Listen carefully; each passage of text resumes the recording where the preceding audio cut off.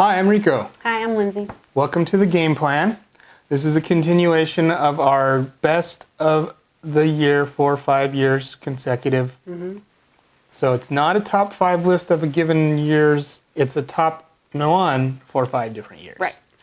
So this time it's 2010 to 2014. Correct, yep. And we're going to do 2010 to start.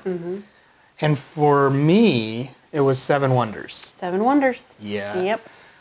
We found, though, as we were doing these lists, that the selection was sparse in the earlier years for a couple reasons. One, primarily, is we didn't get into the hobby until more recently than those.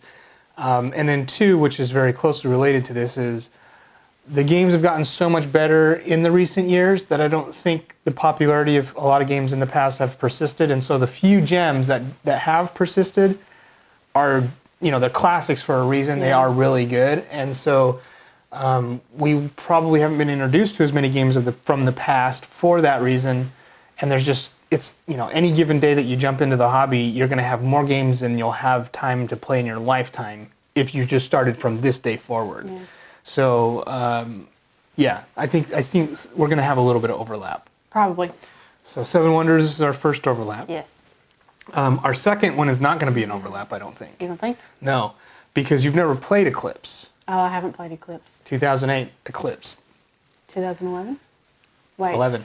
Yeah, okay. 2011 Eclipse. I don't know why, but my brain is just counting whatever numbers they want. Just keep saying the wrong number. Okay. Yeah. So it's 2010 to 2014. Yeah. Okay. And we're on 2011 now. Okay, and his was Eclipse. Eclipse. Mine is Castles of Burgundy. Yes. Now, I will say that we play this mostly the card game, but it plays very closely to the actual board game. To me, it's pretty much synonymous. There's obviously going to be like a tactile difference when you're picking up the pieces and the dice in the original game versus the cards and dice in the card game. But there are no dice. Sorry, Right, they're all it's cards. just cards. It definitely has a slightly different experience in that sense. But as far as like gameplay and capturing the processes you're doing in your mind, there are subtle differences between how they play, but they feel so the same. They did a really good job transferring it to a card game. Yeah, I think it's awesome. It takes up about the same amount on a table, but you can carry it around just in a pack of cards. Yes. So. The box is quite small, but the gameplay is not really any different. Yeah. I mean, slightly smaller, but not really. They did a good job. Yeah. Okay. Good pick. 2012. 2012. We're going to have an overlap. Really? You Okay. don't think? Okay, what was yours? My 2012 was Terra Mystica. Oh, no, not at all. Okay, Lords of Waterdeep.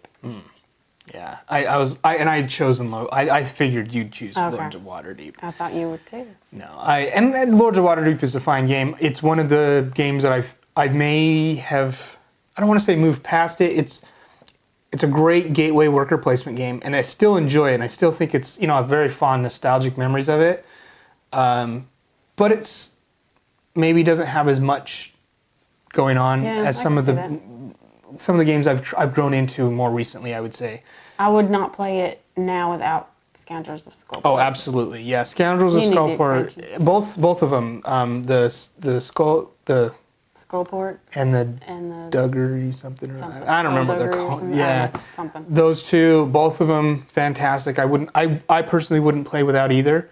I think maybe one thing that has pulled me away from this game slightly is that it plays up to 6, especially with the expansion. It plays up to 6, and it just it outstays its welcome at 6 for me. A little long. I really think this game sings with 3 or 4, and 2 is even fun because you get more workers with 2, and it plays out a little differently. But I like how fast it can play with small player count, and the problem is you only tend to play it when there's 6 people wanting to play a worker placement game. It works for 6, and so it comes out. If everybody knows what they're doing, it can go pretty quickly. It could, yeah. But it's drawn out with that many players. Anything is. Yeah, exactly. And so that's kind of the reason why it's maybe not as high on my list, is because 60%, 70% of our most recent plays have been that 6-player count, which is a little higher than what I'd like. That might be why. I can see that. But Terra Mystica in general is a better game, objectively. It is, so we have Gaia Project, which I actually I adore as well. And I have played Gaia Project more than Terra. We've only played Terra Mystica Just once. one time, yeah. And I loved it. I got Gaia Project shortly after. I know there's subtle differences. They're similar. They're similar. They're very similar, but I absolutely love it's so smooth and tight and all the decisions. Yeah, I just love it. All right, 2012. Nope, 2013. Oh, yeah, sorry. But I was going in the right direction You this were, time. yeah, this time you were. Yes, I just need to go down one more. So 2013, I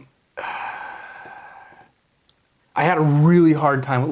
You tell me what yours? I know what yours was. Concordia. Was it Concordia? Yeah. I thought you were going to choose Caverna. So Caverna is always going to have a special place in my heart because it really got me into gaming. But I'm a little bit over it in terms of just playing it. Wow, this is. I'm not going to be, I will always have it, I'll always own it. But to think about playing it lately, it's been like, meh, we could play something different.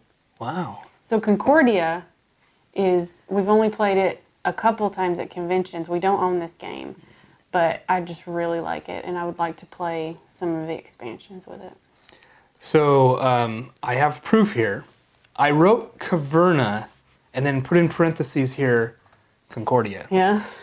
And the reason I did that is because I was going to mention this, is that I think one more play of Concordia and it will take out Caverna for this year. Yeah. I love Caverna, and it's one, and I often have a reluctant sense to bring it to the table. It's a lot of setup. It so plays a little much bit setup, long. Yeah. I think that's my problem too. Yeah. I say this every time I play it. Every time that I play it, I'm like, oh my gosh, I forgot how much fun that was. It's a fun game, and yeah, if somebody would just set it up for me and I could just sit down and play it, I'm in. But God, the setup, guys. Yeah, It's just big. it's a little bit of a long, like it's you're going to be getting into something. Yeah. Concordia, I love it, and I think that it's going to really come into its own. It's going to surpass. I know it will, because we haven't even played with an expansion. We haven't played with anything interesting. We've just played the base game twice, and I know there's a lot to do. There's a lot of meat there with the expansions and stuff. Yeah, so I know this is going to be my number one for this year, and I think I suspect that if I played Concordia a few more times, it might even break into top 10 for me. Yeah. It's really, I really can see good. that. All right, now we're into 2014. Yes, we are. I think yours is obvious. What? Oh, I don't even know. You don't know what yours is? Well, I mean, I know what it is, but I don't remember. I did my list like last week. Oh. So I don't remember what the choices were. I just know what I wrote down. Orleans. Is that what you chose? No. Really? Yeah. Okay, so mine was Roll for the Galaxy. Yeah. Okay. So I want to keep okay. your stick. Okay, I want to Roll for the Galaxy. I really enjoyed this one. It is in the universe, Race for the Galaxy, Jump Drive. It's my favorite of the three. It obviously the most experience with that one as well. But I love the way the simultaneous roll action selection stuff happens, and I love the way that the players are the ones that drive what gets played, like which phases are actually played out each round. Race for the Galaxy has the same type of thing going on. I enjoy the way it plays out in Roll for just a little bit more, but it's fantastic. There's so many different combinations of ways to build out your civilization or your little tableau, and whether you want to shoot for specific types of combos or whether you want to distribute and have other shipping options, or you want to go for just massive shipping and point. Like there's all these different ways to go about getting your points, and that reveal and we're going to be playing with these ones. Oh, it was so close. I thought for sure you were going to do shipping. Like the way that plays every game is just a delight. I'll play this if it's brought out. It's not one of my favorites in the world. It's okay. Yeah. It's fine. I hear a lot of people say they find it a little bit convoluted. It's just a little bit cumbersome to I don't really think that. Okay. I just I'm just am lukewarm on it. I think it's a fine game. I think it plays really smoothly and everything. It's just not one that I'm really going to be excited about. But I will play it. That's moderately disappointing to me. Okay, so I've got to know what's. Okay, I don't remember Orleans being an option. I'm not sure what I was thinking at the time, but Imperial Settlers Really? is a game that took me by surprise because when we first played it the first few times, I did not like this game at all. I thought it was rude how people would destroy your buildings and all this kind of stuff. And then I played as Egypt. And I loved it. And I got it then. Like I got my tableau set up. I got my little engine going. Like it just clicked. And so if I can play Imperial Settlers as Egypt, I'm going to be excited to play this game. I don't want to be one of those people that's like, oh, I'll only play if I'm this thing. But if I can play as Egypt, I'm going to be way more excited about it than if I have to be the barbarians. I mean, that's just how it is. It just, man, it clicked. And I was good too. I killed it. Yeah, and I'm sure that has something to do with it. I'm sure it does. She does play Egypt pretty much every time, and she wins or does very well every time. I'm just really good at being Egypt. Yeah. So it just kind of took me by surprise because I was like, oh, I don't want to play this game. And now it's just like, yes, let's play this game. So I don't know that any other game has flopped like that on me. All right. Yeah. Fair enough. Yeah. So And I enjoy Imperial Settlers as well. And I mean, my reason why is because, or at least you would know that I like it because I've introduced it to her and then I had her play it again and I had her buy. I mean, I wanted her to play it a few times because I was like, I think you should like this game and it's fun. And then I guess it launched into her. Like I still very much enjoy it, but not that much. It just shot up. And I don't know that any other game has done that because usually it's really good and then it just kind of goes down. I've not had another game that started low and then just launched high like that. So that's why I picked that one. Very cool. Yeah. All right, so there's our 2010 through 2014. Let us know in the comments below what favorite games of each of those years yours are. Or what you think of the games that we've talked about. Yeah, is it just garbage? Just a bunch of garbage. Hopefully not. Well, thanks for watching. Thanks, guys. We'll see you next time. Bye.